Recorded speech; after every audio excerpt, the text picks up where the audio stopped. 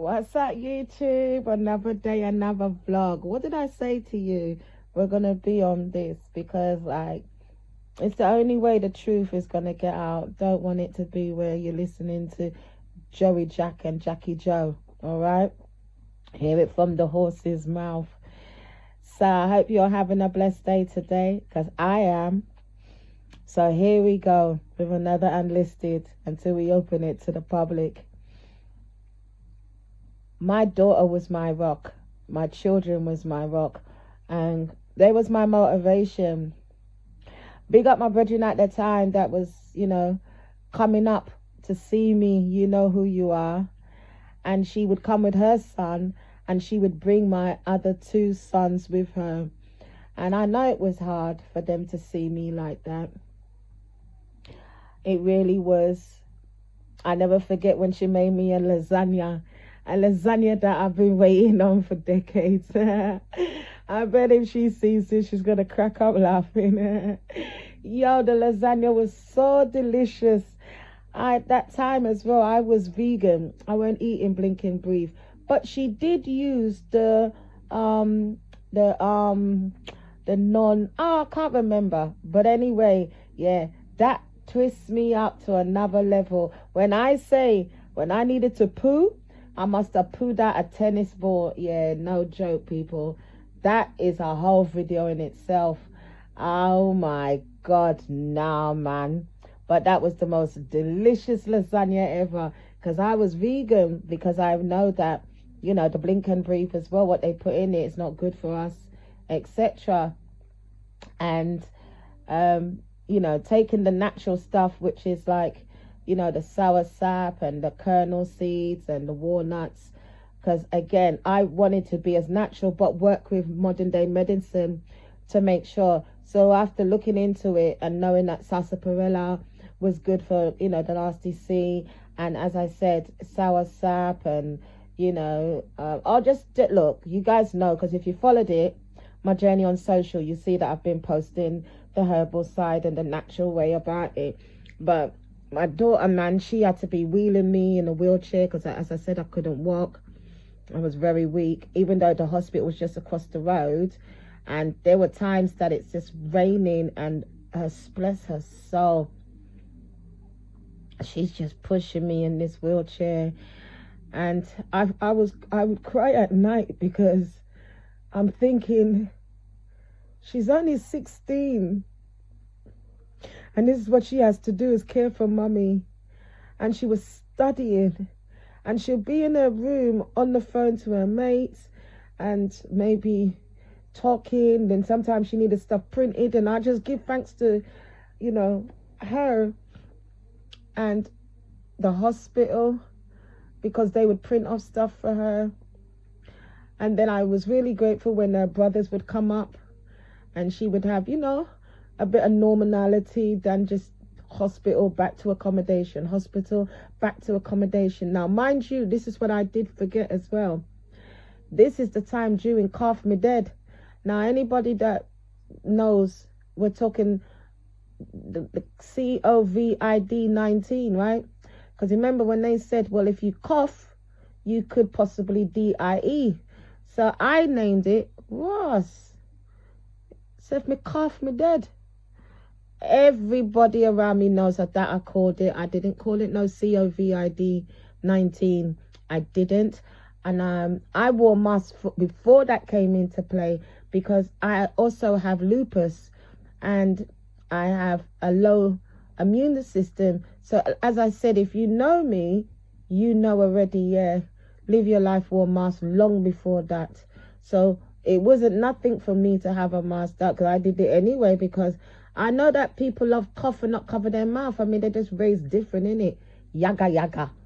So I'm not into it, So I used to just wear my mask anyway. So yeah, this is around Calf Me Dead season. So, you're not allowed to be around people. So the accommodation, even though it was a 4-bedroom, it was like a flat. Well, they ended up giving the whole thing to my daughter and I. At first, they gave us one room with 2 single beds, but then Yeah, I must have rolled out of the bed and dropped on the floor, friend. I don't even know how that happened. And they thought, yeah, that ain't safe. So what they did is they had the housekeepers come over, pushed the beds together, so it made a double bed, and then gave my daughter the room opposite me. So if her door's open, my door's open, we could communicate. And then we had the kitchen, bathroom. It was like a flat. That's the best way to put it. And that's how it is. It was just like it was a flat. And yeah, we just was chilling. And then, as I said, my virgin at the time would come up. And then, yeah, she and I'd be in my room just chatting. And she was having a business idea as well at the time, so she wanted to run it past me. And I appreciate that because it kind of gave me something to think about. And seeing her and Bus Joke and then listening to them. I think they were playing cards or Uno or Monopoly. Something they were doing in her room anyway. But yeah, it was always nice for those couple of hours. And then they would go back down. And then we would have food and stuff like that. So yeah, I can't lie. It's just thinking about them times there. And I really appreciated it. Because, as I said, if I needed anything, it was always brought up for me, you know, when they were coming to visit. And still had to keep our distance.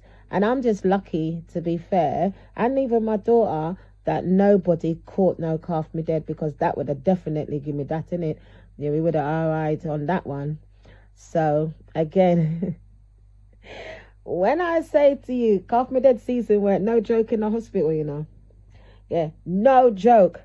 Listen, I didn't even make the cleaners come near me. No, we'll clean our own flat, thank you. Can't do it. No, because you're in and out of different accommodations at the end of the day. Like, I really weren't playing. And even with the nurses, like, you know, bringing me stuff like water and stuff. No, so I got water. Again, bless my daughter. But again, luckily the hospital, they had the fast food places and canteen places, vending machines, stuff like that. So if I did want something, and you know, baby girl was always like, oh, mum, are you hungry? You know, or she may be hungry. Sometimes I just be like, yeah, I just take a small chips or something, you know. But we invented, because Marks and Spencer, yeah, had that ready-made chicken. But again, we know that ain't cooked to our standard. But it was good to get it. And then we got some carrots and some potatoes. And yeah, we was making one big black clip pot of soup. Yeah, that was lasting us. Because again, I wanted to eat proper food because I'm going through all this treatment. So my daughter and I, we was like, yeah, come, let's go Marks and Spencer's. So she would wheel me in. I got the trolley on my lap and she's picking up her little goodies. I'm picking up mine. And then we'll go back to accommodation. I think we made like soup at least once a week. That would last like 2-3 days. But do know when we cook it, it was so delicious. So we call it the one pot soup. And it was really good. But I wouldn't eat the meat bit, obviously. It was just the flavour that we wanted. Well, I wanted anyway. Because I really wanted the carrots and the potato. And what else did we put in there? Carrots, potato, sweet potato. Yeah, I think that's what it was. Yeah. And then obviously the Marks and Spencer's ready chicken that we shredded it. Sometimes we drop the bone bit and then put the other part in the freezer. Because it's so much, we was able to chop it and then like only have to like take out bit by bit to make the soup. So yeah, that was a really good one. So again, you know, but if I was in the hospital and doing the chemo, yeah, maybe I'd have a sandwich until we go back to accommodation. But I do advise people to make sure you eat properly. But anyway, I just wanted to just put that in. So big up yourself. Thank you guys for these memories. And I'm surprised that I'm not even crying. And that's what I had said when I was ready.